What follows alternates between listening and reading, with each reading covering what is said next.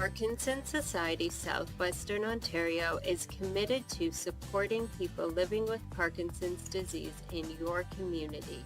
Our largest annual fundraiser is coming up and we need your help. On Saturday, September 12th, we will be at Kiwanis Park for Walk for Parkinson's at 10 a.m. Come on out for some fun, music, there will be food and lots more. We hope to see you there. Go to walkforpd.ca to register and make a donation. Please note that all the funds raised go directly towards supporting research and programs and services for people with Parkinson's and their families. Community Connections, CKMS, local sounds, thoughts, passions, and success. Celebrate local, your neighbor's got a story to tell. Community Connections, CKMS. Happy Monday, Waterloo Region. You're listening to CKMS Community Connections for the 24th of August, 2026. My name is Bob Jonkman. In the studio with me is Robin Arnott of the Parkinson Society of Southwestern Ontario. Welcome. Hi there. Talking to Robin in just a bit. Going to listen to a little bit of Space Kitchen, a new album with old material. This is Flight of the Mothman.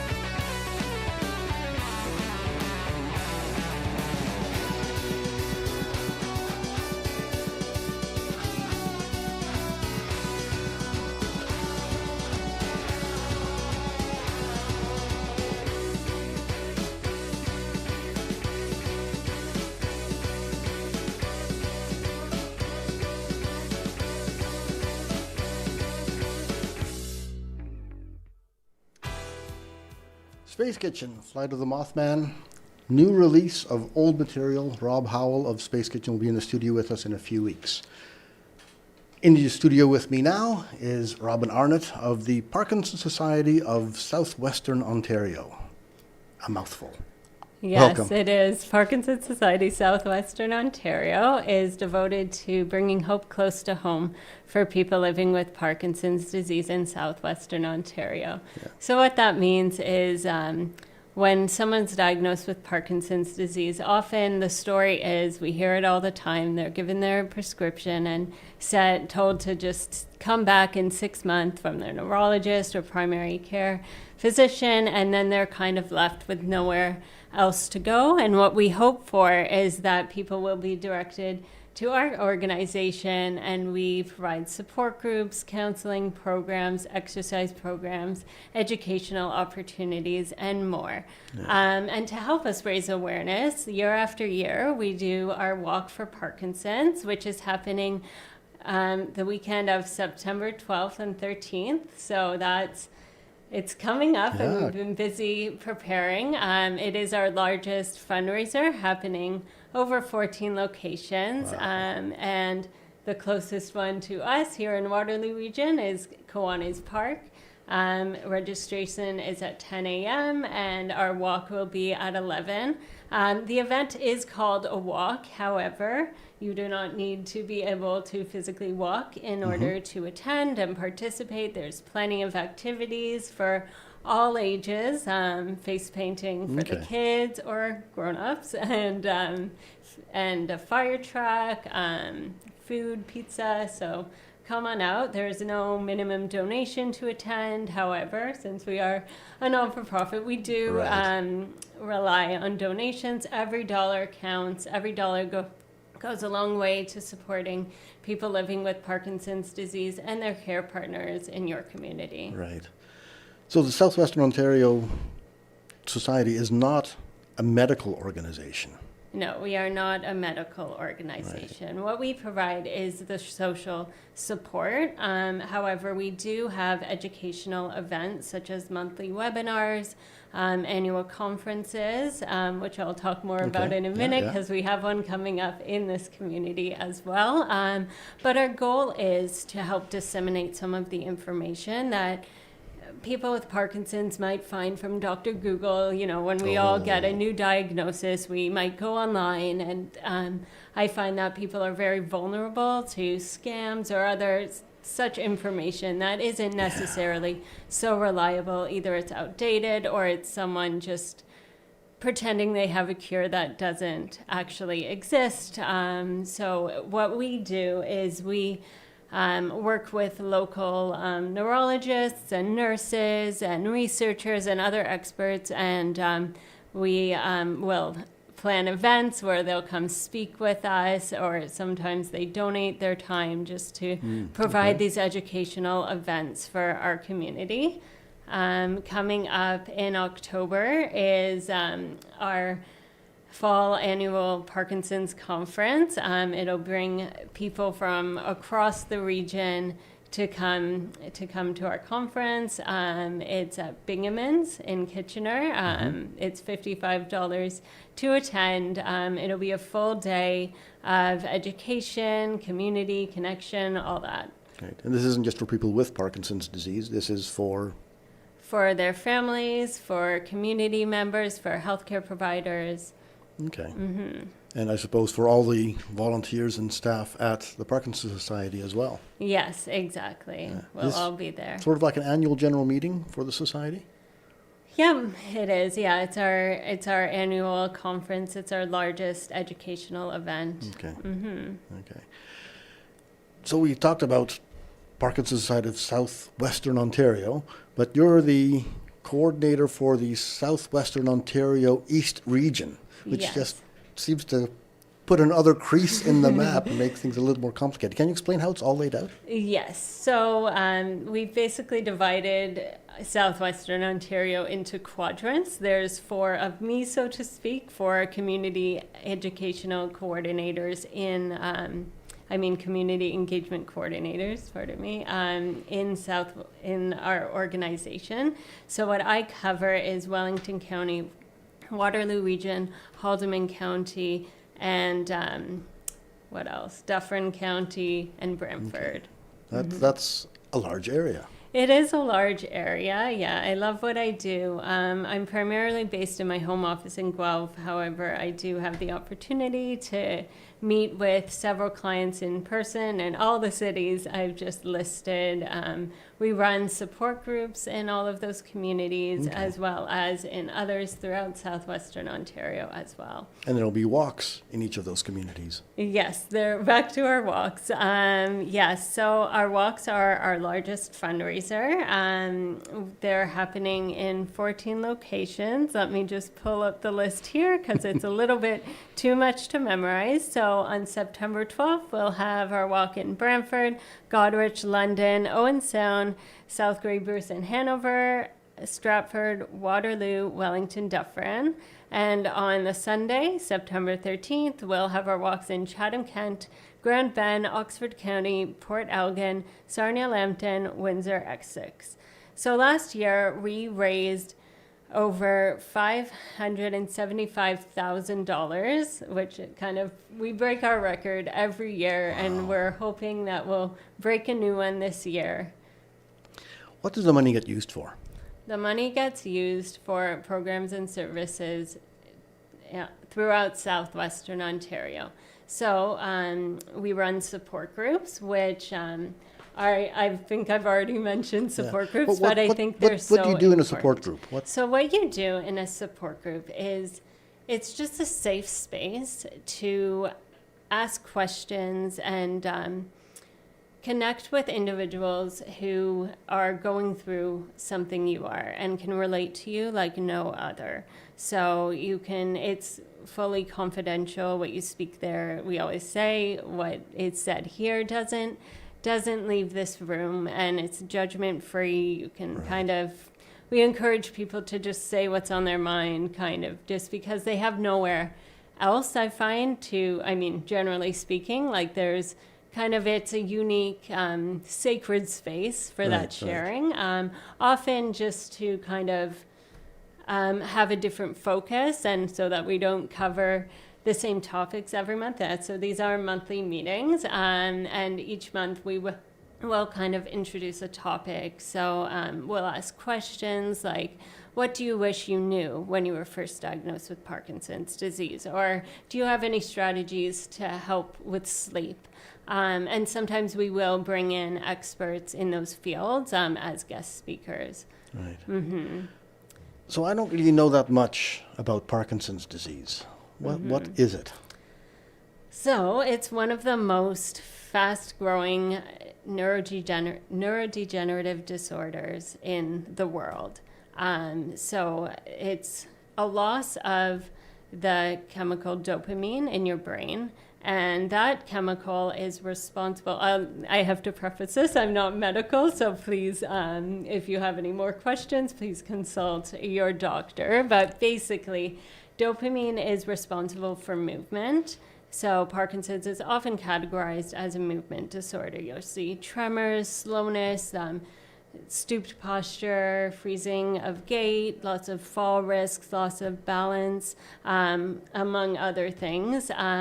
Also, there's so much that we don't see. And at Parkinson's Society Southwestern Ontario, we feel an obligation to our community to raise awareness about those symptoms: depression, anxiety, apathy, and it can affect the digestive system in numerous ways, just with the muscles slowing down.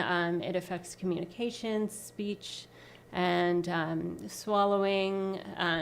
Sometimes it causes drooling because of the overproduction of saliva and the inability to control that. So, however, someone might be listening to this and wanting to yell at their radio, just adding more symptoms, because every time I go to an event like an educational event, or even in support groups themselves, people list all these symptoms that I've never heard of before.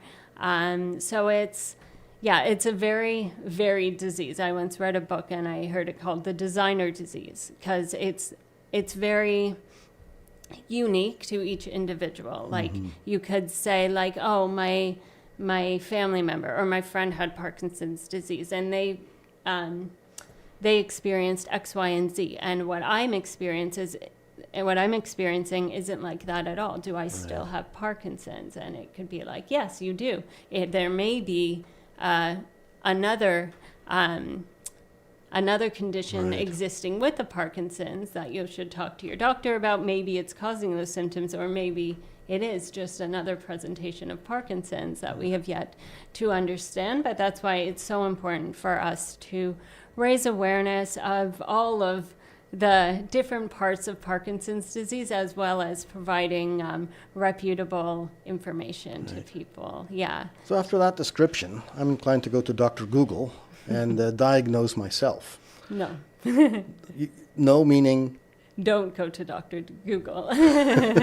Avoid it. Ban. You're banned. What is the time for getting a diagnosis? Do doctors, general physicians, recognize the symptoms as being Parkinson's disease, or does it get misdiagnosed?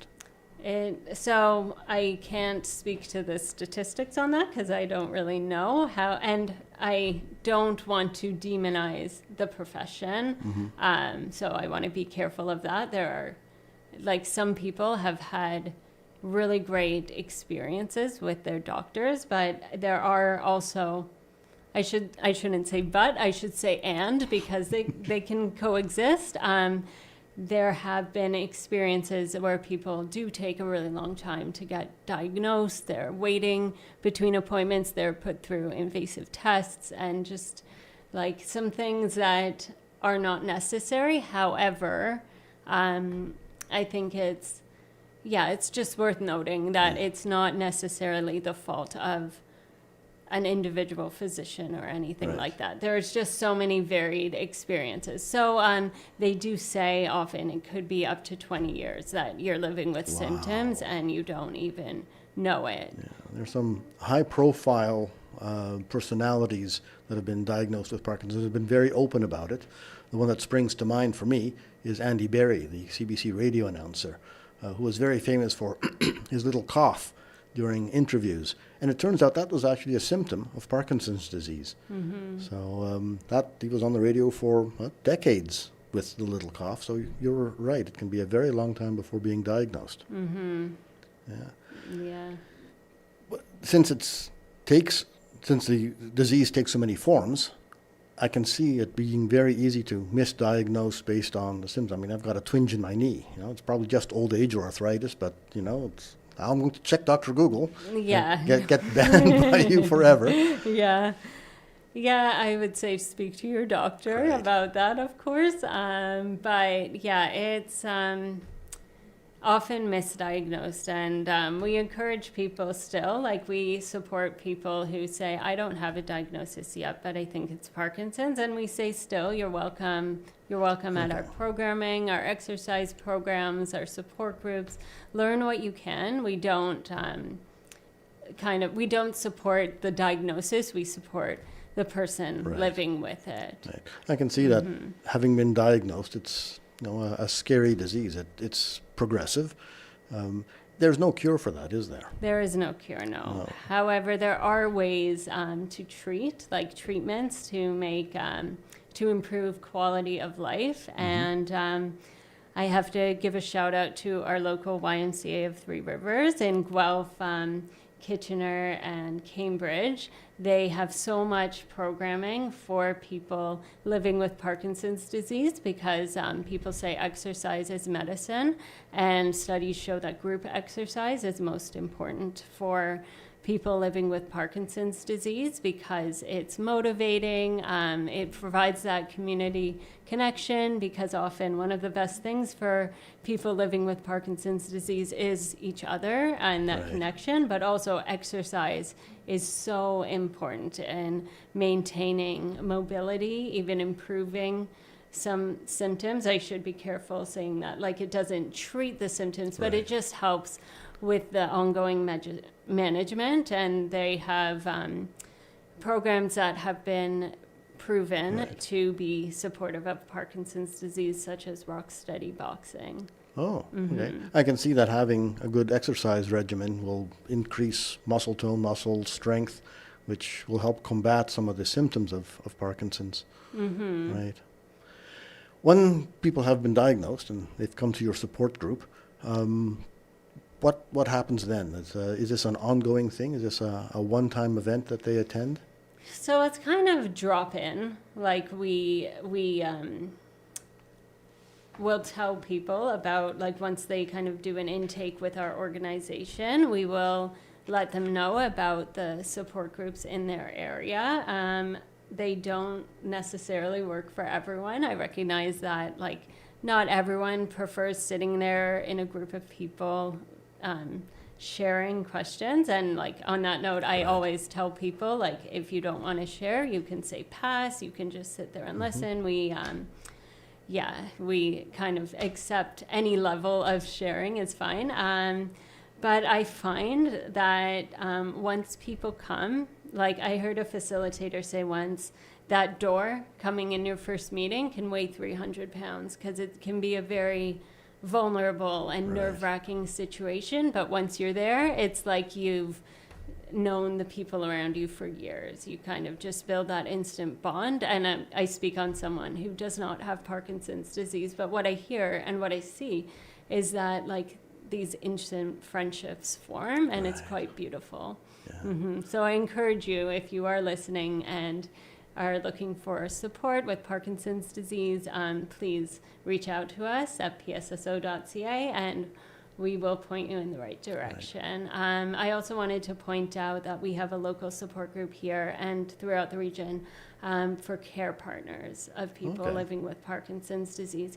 And when we say care partners, we mean several things. So we prefer care partner because we found that people don't really like to be labeled as the caregiver, the one giving Okay. care. It's better to see it as a partnership. Okay. You're going through this Words journey matter. together. Yeah. Exactly.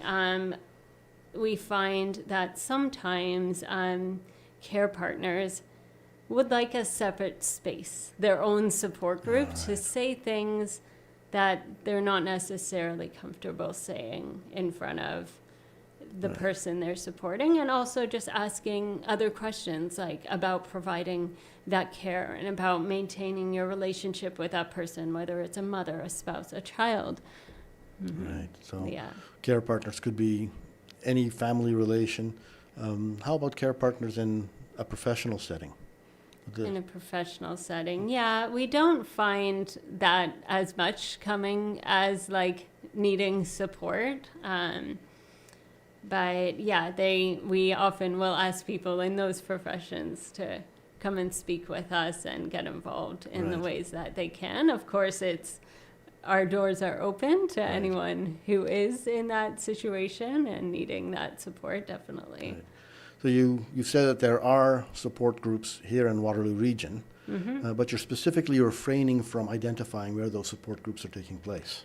Yeah, it would be better if people, for privacy reasons, we don't want anyone showing up at the support groups, like trying to sell something or anything. I'm not saying that has ever happened, but, we just have to be careful of that. But we do have a support group here in Kitchener, and we have one in Waterloo and one for care partners in Waterloo. And you said people should use the intake process to register for these things. Well, Yeah, what is you- that?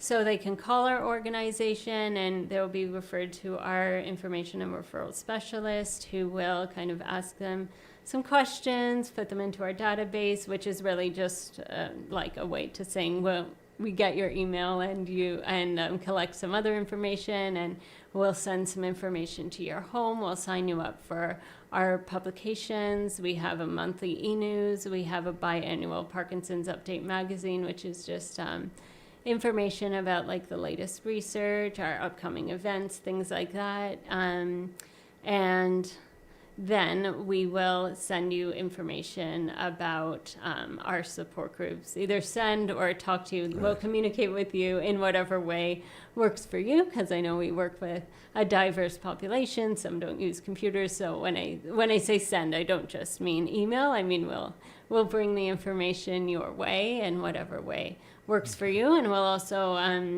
our information and referral specialist will also refer you to other programs within our organization.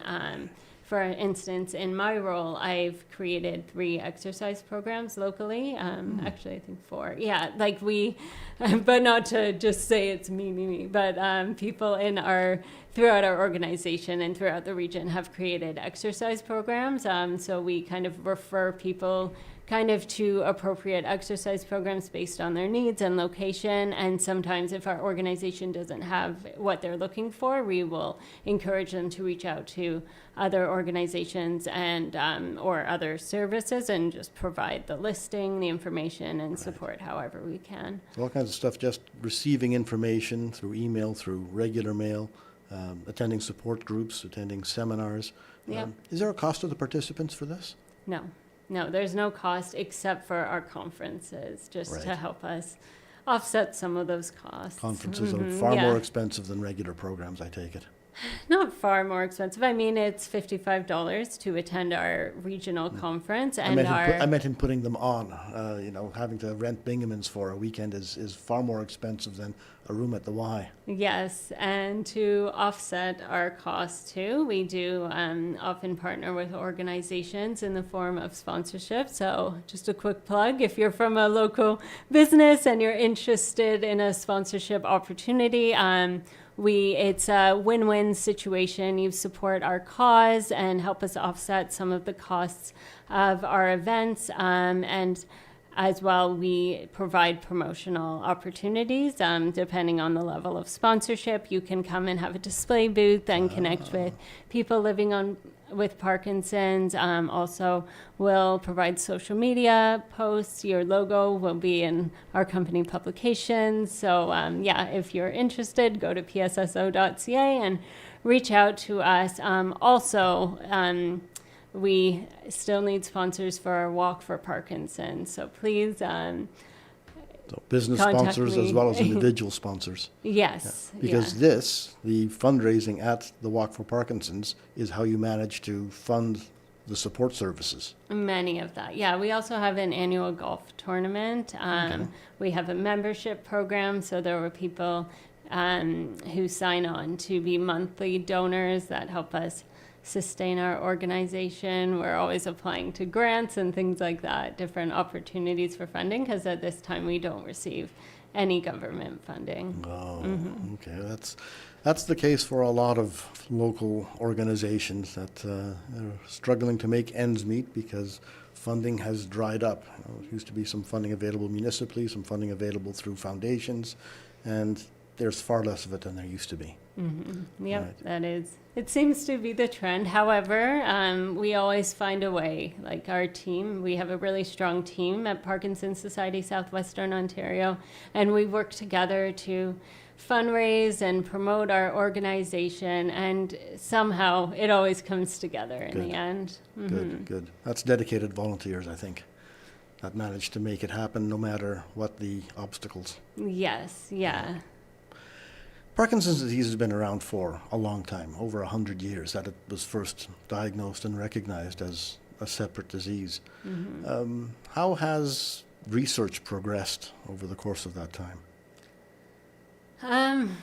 It's progressed exponentially. So, I mean, James Parkinson's, who was the first person to discover Parkinson's, it was called the shaking palsy back then. Right, so right. just to show you the place it's come, like where it was then and where it is now.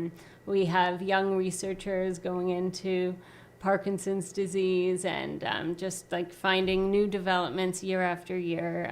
We are involved in that process through our scholarship program. We fund graduate students. Graduate students will reach out to us. We open our portal every year. I believe it's in February, but I could get back to you on that. I'm the timeline. It seems a bit fuzzy at the moment, but just check out Graduate Student Scholarship Program on our website, and you'll get more information. We invite applicants who are going into studies that we feel will benefit people with Parkinson's disease, and we provide funding to go towards their research. And often the results are astounding. Right. And is that just for the neurological research that you're providing the funding, or is it for mitigation measures as well? Better equipment to deal with the disability, better accessibility standards to make it easier for people to get around? So far, it's been very neurology based. There hasn't been any studies so much about like the social models of disability and other accessibility issues, addressing that. That is maybe something to explore in the future, but like it's not all like one type of neurology. For instance, we've had red light therapy being tested. We've had music therapy and the efficacies of treatment for that. So like really it's gone all over. Also like we have someone else developing a framework for therapy for care partners specifically. So it's like mental health focused as well as physical kind of, but it's all very scientifically based rather than like socially. Right. But there's a huge social aspect to ability and disability. Yes, definitely. So it should all be good. We have the Ontario Accessibility for Ontarians. I can't quite remember what the acronym, AODA. AODA, yes. Unfortunately, as we know, it's not always easy for organizations to be compliant for some reason, but I feel like there needs to be more support from all levels of government to ensure that our communities are more accessible. For instance, I mentioned the conferences, the support groups, all of these events require us to really make sure that these different venues are accessible. And when we say accessible, we don't just mean ramps to get in. We mean, okay, how is this person going to access the bathroom? What barriers are there in the environment around, like in the space, in the hallways, in the room? How are the acoustics in the room? Things like that. Like it's just so varied, and it can be really difficult to find somewhere. Like we, for instance, have a lot of our support groups in churches, and a lot of those are very old buildings. We'll rent space and they'll be like, oh yeah, there's an elevator, but then we show up, oh, the elevator's not working and the space is in the basement. What are we to do? So I think there needs to be kind of more support in finding these spaces, and also ensuring that like there are these spaces available, because in the nature of our organization, we have an office in London, but the rest of our work kind of happens in different community spaces. Right. And so those spaces have to be accessible to In the order clientele to that you're supporting. Absolutely. Yeah, exactly. Yeah. Any advocacy towards the provincial government for doing better enforcement of AODA? Not through our organization. No, we're more involved in supporting the people. And spread thin enough to do that already. Yes. So that leave the advocacy for lobbying the government to someone else. To other organizations, yes. We unfortunately, we do wear many hats in our organization, but that's one we kind of leave for other organizations who specialize in that. Our walk is a great way for us to raise awareness of our organization, because and also the needs of people living with Parkinson's disease in our community that surround the people living with the disease. Yeah, because there's just not a big understanding of how prevalent it is. For instance, there's over 100,000 people in Canada diagnosed with Parkinson's disease, and there are every year, or in total, overall. Overall, okay. And that's 38 new diagnoses per day in Canada. Wow. Yeah, that's the latest findings. There are 5,877 new cases in Ontario per year. And in Ontario, there's over 44,000 people living with Parkinson's disease. And what that means for our organization is that we get 500 to 600 new clients per year. Wow. Yeah, so it's a lot. The need is clearly growing. Yeah. It seems a bit incongruous to me that the fundraiser for Parkinson's disease, which is a disease of mobility, should be a walk. You said that there were other activities available during the walk. Yes, there definitely are. People are encouraged to roll or participate in the actual walking part by not walking? So if someone is kind of using a mobility device, we do ensure that our paths are accessible. Okay. That being said, a lot of the spaces we use are kind of in parks, so we are vulnerable to the conditions that Right. day. We can't ensure full accessibilities. However, there will always be a space that is accessible in our shelters.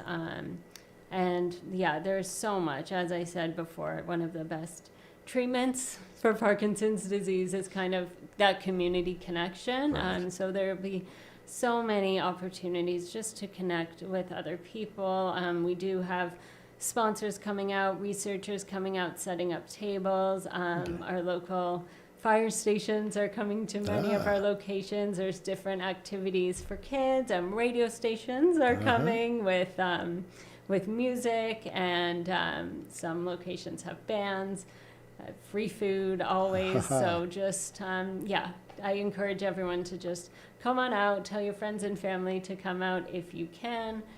Please make a donation. Right. It goes far in helping us sustain the work that we do. And then non-walking activities exist as well. Yes, exactly. Can you enumerate those again?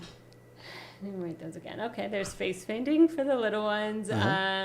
Some locations have cornhole and other activities. There will be music, dancing, food, all of that.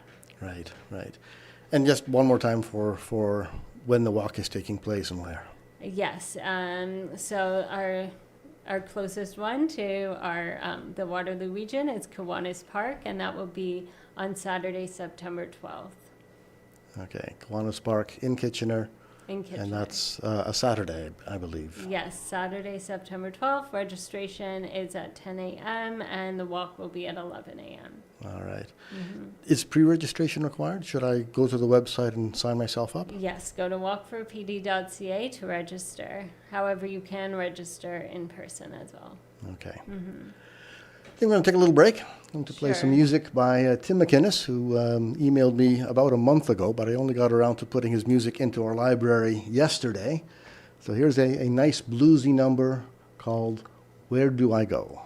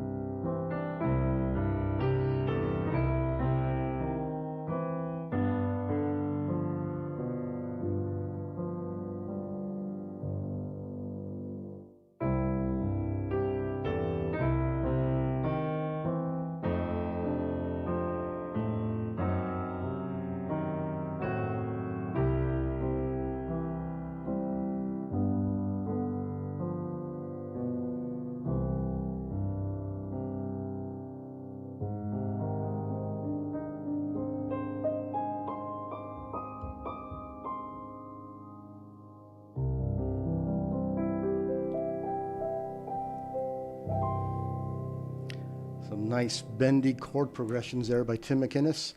It's all Tim McInnes this time. He was playing with a little bit of AI music a few months ago, but he's decided that being real is a better way to do his music. We'll have more Tim McInnes music in a future episode. In the studio with me is Rachel Arnott of the... Robin. I'm so sorry. With me in the studio is Robin Arnott of the Parkinson Society of Southwestern Ontario. How long have you been with the Parkinson Society? It'll be 3 years this October. Oh. And you're in a role that makes you travel all over, well, the eastern region of southern Ontario, southwestern Ontario. Yes. You must have stories to tell. Yeah, all good ones. It's really an honor to support the community. So my role, the most travel I do is to facilitate support groups. So most of our support groups are led by wonderful volunteer facilitators, but there are some areas where we don't have a volunteer, so I do go every month, or the facilitator won't be able to attend for whatever reason, so I'll get to jump in on their behalf. And yeah, so my role is just to facilitate those support groups and manage those volunteers accordingly. I don't really have any stories, so to speak, of like nothing big has happened other than some annoyances with the 401 and Right. traffic and all that. Yeah, I've met with a lot of potential sponsors in Right. different various parts of Southwestern Ontario. I do have a wonderful support group in Cayuga. Shout out to my community there. I just get to kind of go into these little pockets of Southwestern Ontario that I personally had never even heard of Right. before this job. But it's been a great experience. Every community is unique, and it's really an honor to support them. And I find, like, yes, they are very unique and different. However, there are some universal I'm sure. commonalities Yeah. of people living with Parkinson's disease. So I'll hear something in Cayuga, and the next week I'll hear it in Brantford. The next week I'll hear it in Wellington County. Like, it's just all kind of connected, but Right. not. And yeah, I just feel like it's my role to. I can't say that we treat every region equally, but I identify gaps and fill the needs Okay. as best that I can with the resources Right. that we have at Parkinson Society. And those gaps could be filled by having more volunteer participants. Yes, definitely. We're always recruiting volunteers. The roles are really varied. Support group facilitating is one way. We do have people that go into our office every week to help us with mailings and emails and answering phones and things like that. Lots of administration volunteers. Administration volunteers, yes. We have students that help kind of with some of the more research and academic sides. Like we have on our website, you'll find some guides like for certain symptoms, mainly the symptoms that aren't so easy to address, or I should say that aren't so well known. We talked about how Yeah. there's like that variance in symptoms, and some are like well known, like the tremors and things like that, whereas others aren't. So it's just kind of like those guides that Right. students kind of have the knowledge to be able to do the research and put together materials for us that of course we then edit and just like make sure that everything is Okay. good and correct. Also, our Walk for Parkinson's would not happen without our volunteers. So a yeah. huge shout out, my volunteers, I shouldn't say my volunteers, but the volunteers in the Waterloo region are amazing. For our upcoming walk, we have over 25 volunteers. So I just have to say thank you so much for your generosity of your time. It's been it's been kind of a dream to plan the Waterloo Walk, because like I find that like all my volunteers they've been working with us for years and kind of know the drill. I'm kind of just here to support and answer questions when I need to. So it's wonderful. You said something about volunteers.